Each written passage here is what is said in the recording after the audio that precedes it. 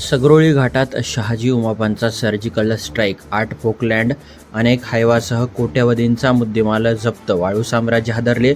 नमस्कार, इंद्रधनुष्य टाइम्समध्ये आपलं स्वागत आहे.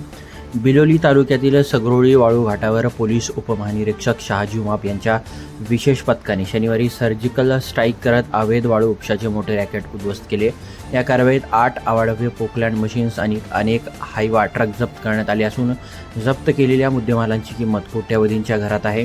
या कारवाईमुळे केवळ वाळू माफियांच नव्हे तर त्यांना छुप्या पद्धतीने साथ देणाऱ्या महसूल आणि पोलीस दलातील वरदहस्तांसाठी हा मोठा दणका बसला आहे.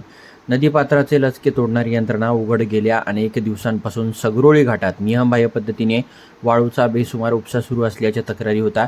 या तक्रारीची दखल घेत DIG शहाजी उमाप यांनी अत्यंत गुप्तपणे हे अभियान राबवले.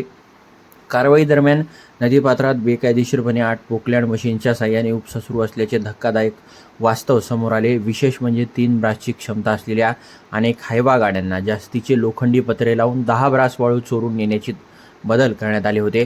या तांत्रिक फेरफाराची चौकशी करण्यासाठी RTO विभागालाही घटनास्थळी पाचारण करण्यात आले असल्याची माहिती मिळाली आहे. या कारवाईत पोलीस उपनिरीक्षक पंकज इंगळे, पोलीस अंमलदार संजीव जिंकलवाड, कामाजी गवळी, प्रदीप खानसोळे, गणेश धुमाळ व त्यांच्या पथकाने जीवाची पर्वा न करता नियोजन पद्धतीने हा छापा टाकला. पुढील तपासात मोठे मासे गळाला लागणार. या धडक कारवाईमुळे महसूल आणि पोलीस दलातील भ्रष्ट साखळीचे धाबे दणाणले आहेत. केवळ कागदोपत्री घाट खरेदी करून त्यांच्या आडोशाने नदीचे पात्र पोखरणाऱ्या या प्रवृत्तीवर आता कठोर गुन्हे दाखल करण्याची मागणी नागरिक करत आहेत. या गंभीर प्रकरणावर कारवाई होणार की प्रकरण राजकीय दबावपोटी दाबून टाकले जाणार याकडे संपूर्ण जिल्ह्याचे लक्ष लागले आहे.